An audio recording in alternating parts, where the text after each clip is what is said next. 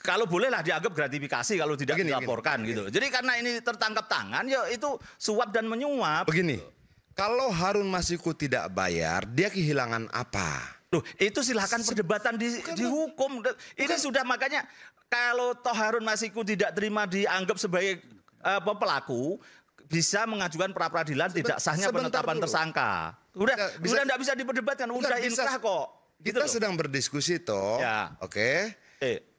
Bisa saya selesaikan? Ya. Loh, oke. Tadi kan anggap ini kan justru kalau bisa saya selesaikan. Bung Boyamin, kalau tadi disampaikan oleh Bung Adian, artinya Harun Masiku diperas dong, bukan menyuap, begitu ya?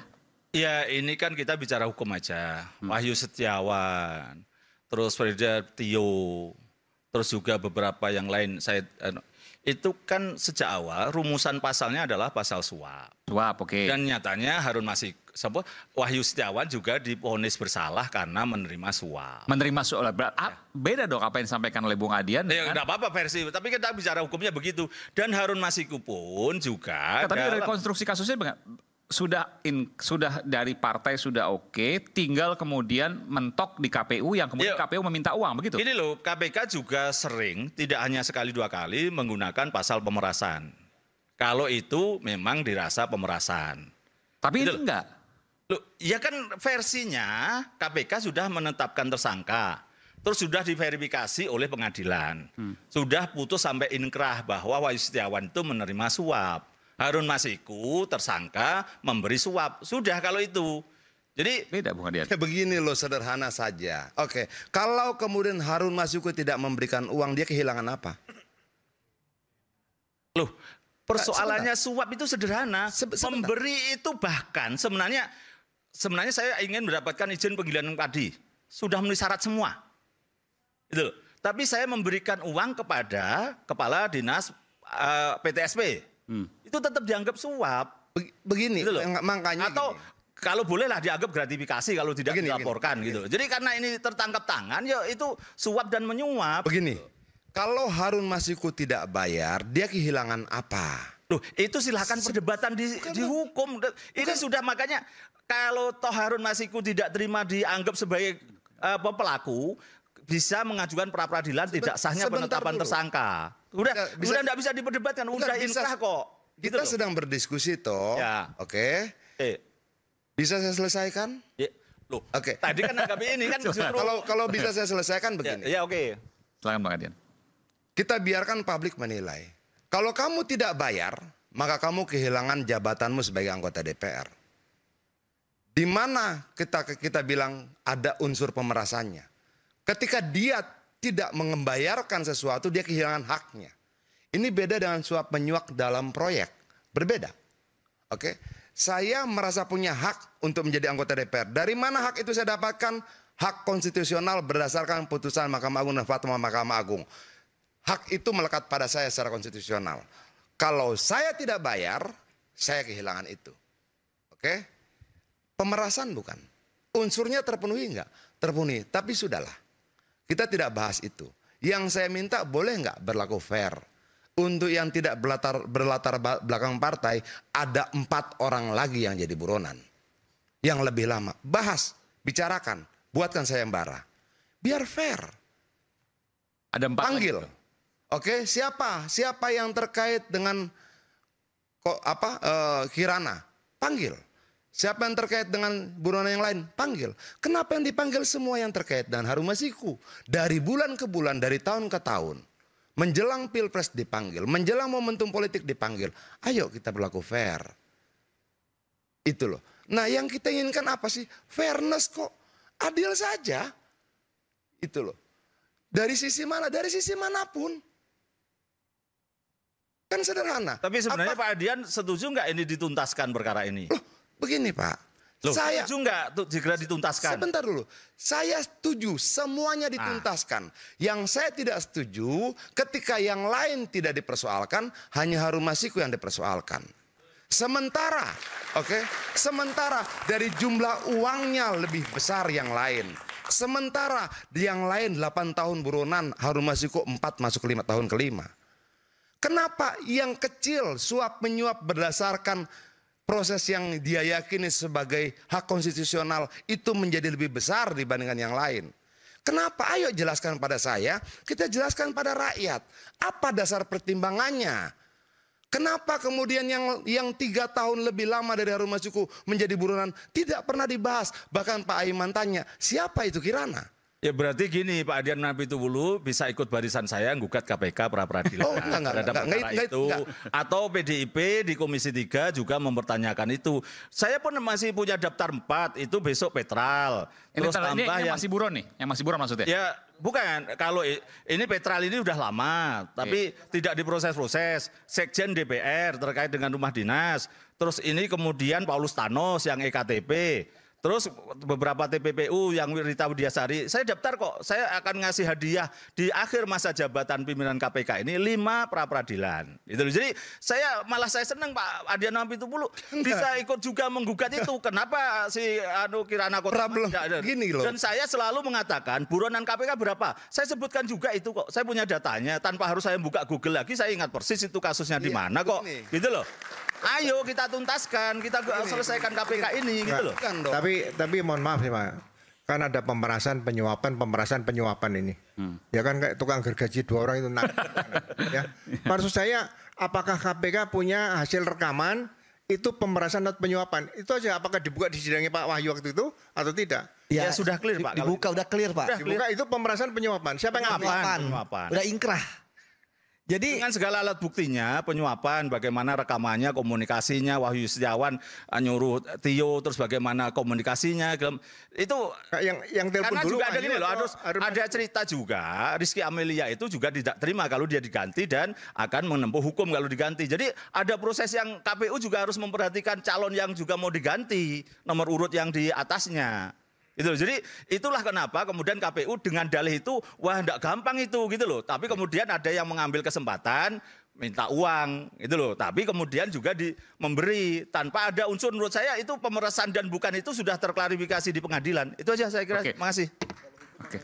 Silakan Bung Refli. Tampaknya ada pendapat lain. Silakan. Iya, begini. Kegagalan kita melakukan judgement itu kalau kita tidak clear mengkonstruksi kasusnya. Itu saya mau jujur sejujur-jujurnya kasusnya ya, tanpa mau membela siapapun. Jadi gini, kasusnya ini kan bermula dari meninggalnya Nazarudin Kimas. Nazarudin Kimas itu caleg PDI Perjuangan di daerah Sumsel. Saya lupa Sumsel 1 atau Sumsel 2 ya. Nah, dia dapat kursi nomor 1. Tetapi sebelum dilantik, Nazarudin Kimas yang adiknya Taufik Kimas ini meninggal dunia. Berdasarkan peraturan KPU dan yang lebih atas lagi Undang-Undang Pemilu, kalau meninggal maka digantikan calon berikutnya. Nah, calon berikutnya namanya Rizky Aprilia. Rupanya Harun Masiku ini yang cuma menduduki suara nomor 6 ingin kursi itu. Ingin kursi yang ditinggalkan oleh Nazarudin Kimas. Karena itu salah satu upayanya adalah mengajukan judicial review ke Mahkamah Agung terhadap peraturan KPU. Oke. Karena peraturan KPU itu mengikuti undang-undang yang mengatakan bahwa dalam kasus seperti itu, dalam kasus yang pemegang kursi kemudian tidak dapat mendudukinya, maka kita tahu semua kursi diberikan kepada nomor 2, suara terbanyak berikutnya. Kan begitu. Lalu karena ini special case, diajukanlah permohonan yang meminta agar suara orang yang meninggal itu menjadi hak partai politik. Dan dalam permohonan itu diajukan juga penggantinya Harun Masiku. Begitu. Oleh Mahkamah Agung hanya dikabulkan sebagian. Apa itu? Yaitu benar itu hak partai politik. Tetapi tidak dikabulkan penunjukan Harun Masiku. Alasan MA adalah itu bukan kewenangan dari Mahkamah Agung untuk menunjuk. Bukan ranah dari judicial review. Tetapi pelaksanaan dari hak partai politik itu harus mengacu pada prinsip good governance, clean government. Yaitu harus mengacu kepada peraturan yang lebih tinggi, yaitu undang-undang. Nah, undang-undang mengatakan penggantinya adalah suara terbanyak berikutnya. dikunci di situ. Putusan Mahkamah Agung itu tidak bisa mengalahkan undang-undang. Karena putusan Mahkamah Agung itu dalam konteks judicial review terhadap peraturan KPU. Karena itu acuannya tetap undang-undang. Nah ini yang kemudian menyebabkan ketidakpuasan. Ya. Seolah-olah, ya sebentar dulu. Nah seolah-olah bahwa dikabulkan. Tetapi putusan MA itu banci. Dia mengambil wilayah yang sesungguhnya tidak bisa dia kutak-katik. Karena judicial review itu menyangkut peraturan KPU, bukan menyangkut undang-undang. Kecuali kalau dia ke Mahkamah Konstitusi. Kalau dia Mahkamah Konstitusi bisa. Nah setelah itu dia minta fatwa Mahkamah Agung. Fatwa Mahkamah Agung sekali lagi. Agar pelaksanaan dari ini semua memperhatikan putusan Mahkamah Agung. Kan begitu?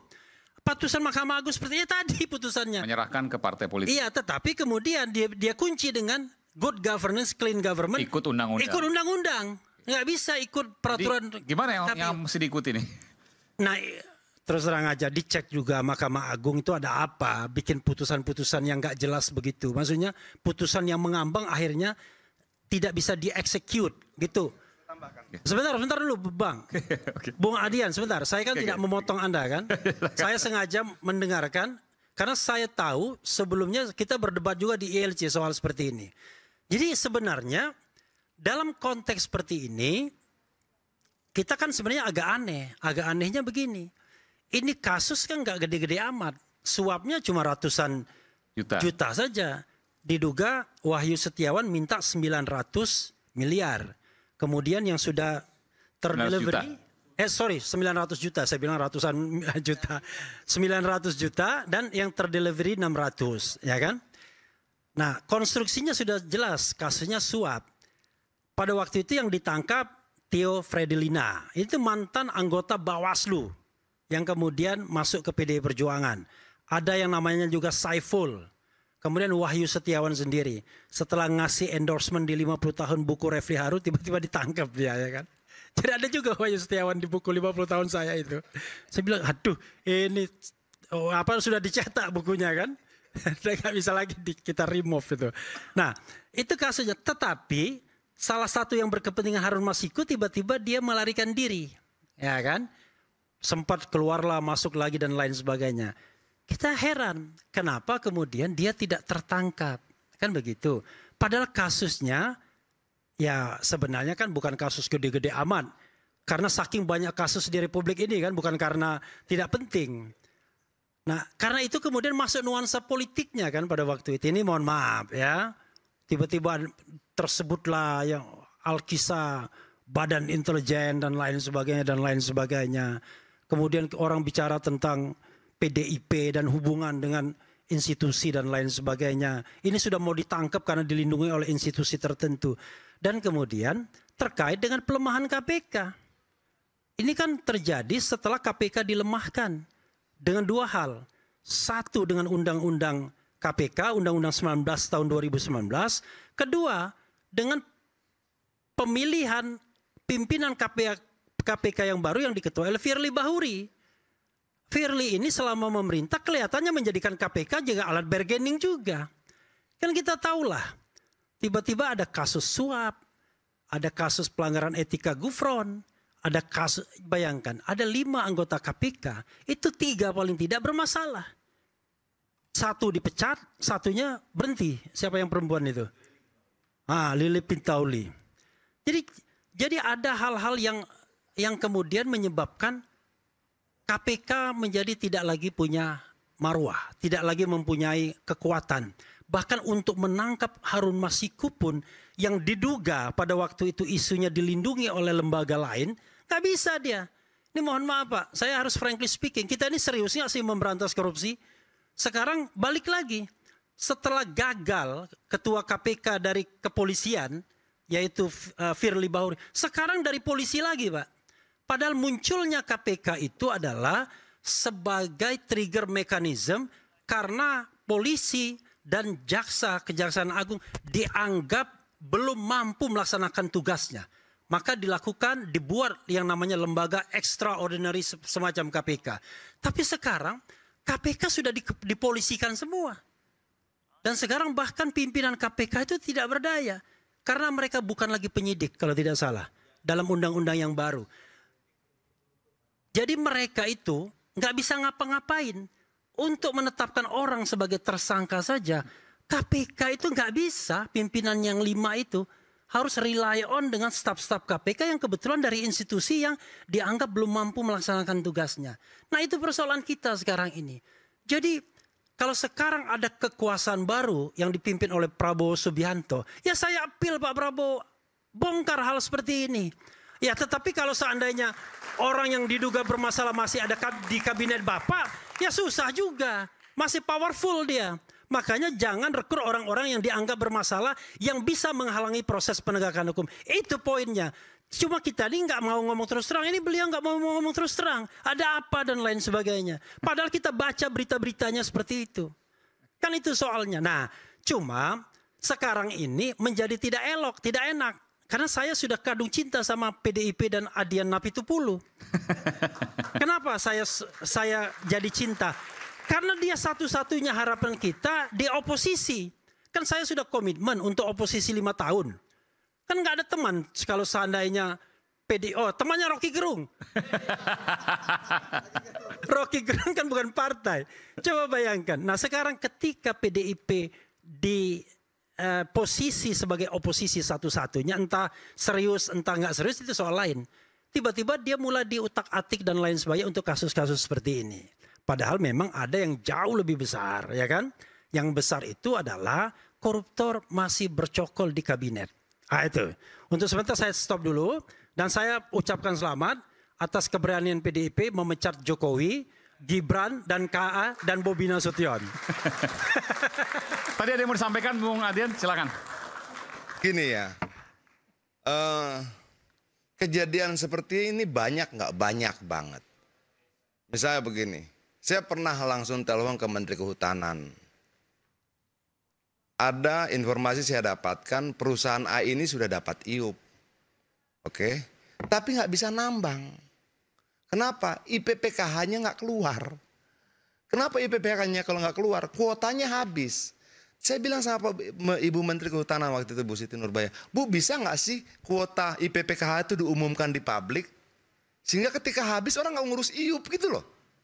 Nah setelah dia urus IUP, mau nambang nggak bisa, IPPKH nggak keluar, apa pilihan dia? Cari jalur lain dong. Gitu loh. Saya sudah punya izin usaha pertambangan. Mau ngiris izin pinjam pakai kawasan hutan, kuota habis. Repotnya kuota itu dia nggak tahu sudah habis atau tidak. Nah masalah begini banyak banget. Ketika tidak kita perbaiki, maka tanpa disadari negara ini memproduksi penjahat. Itulah sebabnya ada pelakor bang toh. Apa? Penambang lahan koridor. Kenapa? Apa? Dokter dokumen terbang itu loh.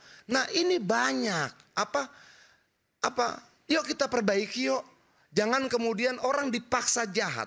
Dia ngurus IUP habis miliaran, sudah maunya ngambil cangkul sama beko buat nambang, nggak dapat IPPKH. Dia jadi penambang lahan koridor. Orang baik ini dipaksa jahat untuk bisa kembali uangnya agar tidak ditagih bank, tidak disita asetnya. Dia berusaha melindungi apa yang dimiliki dengan melakukan kejahatan.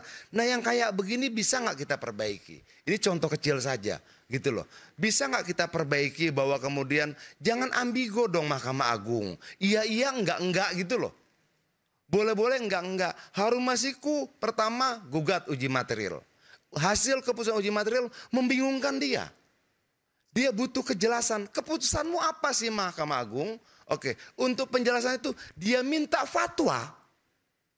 Dia ikuti prosedur itu. Fatwa itu bilang masih ambigu ya Pak Refli ya.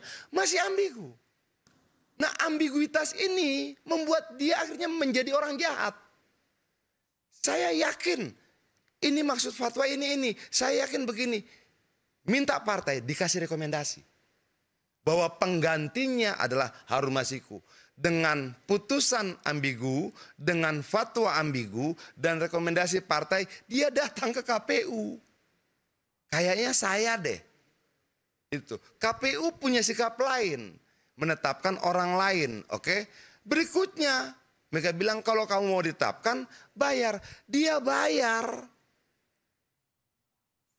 Oke, kalau kita runut, andai kata keputusan MA tidak banci, andai kata keputusan fatwa Mahkamah Agung tidak banci, ada nggak Harun Masiku? Nggak ada. Jadi Harun Masiku itu produk apa? Produk dari ketidakpastian hukum kita sendiri. Produk dari ambiguitas keputusan MK dan ambiguitas fatwa MA. Bukan MK. Keputusan MA dan fatwa MA. Ambiguitas dan kebancian itu melahirkan Harun Masiku. Tegaslah kita berbangsa ini. Iya, enggak. Mau dapat izin tambang, buka IPPKH-nya. Kalau enggak, jangan kasih. Itu loh. Kalau boleh, jalankan. Enggak. Nah, kalau begini terus percayalah, akan lahir Harun Masiku lain dalam banyak peristiwa. Akan banyak kejahatan-kejahatan lain yang tanpa sadar negara membuat mereka jadi penjahat. Negara membuat orang baik itu jadi penjahat. Dia sudah ikuti uji materi. Minta fatwa, ikuti. Sudah dia lakukan semuanya, tetap nggak bisa. Oh, masalahnya apa? Cuan. Dia bayar, kena. Peristiwa ini terjadi di mana-mana. Di sekolah, di pabrik, di institusi-institusi negara. Mau naik pendidikan, mau naik pangkat pendidikan, bayar. Sudahlah, ayo. Selesaikan dulu. Gini, korban-korban ini akan terus berjatuhan Pak Iman. Sampai kapanpun, selama kita tidak sadar bahwa negara dalam keambiguitasannya, dalam ketidaktegasannya, dalam seluruh kebancian keputusannya akan melahirkan banyak orang jahat. Dipaksa jahat. Harun Masiku harus jahat untuk dapat haknya. Hak yang dia yakini sebagai hak konstitusionalnya. Andai tidak ada keputusan MA, andai tidak ada fatwa MA, tidak ada Harun Masiku. Terima kasih. Baik. Isu hangat kadang bikin penat, apalagi kalau tidak bisa mencerna dengan cermat. Jangan lupa secangkir kopi hangat yang nikmat untuk menemani kebersamaan kita dalam program Rakyat Bersuara. Saya akan segera kembali saat lagi, tetaplah bersama kami. Rakyat Bersuara.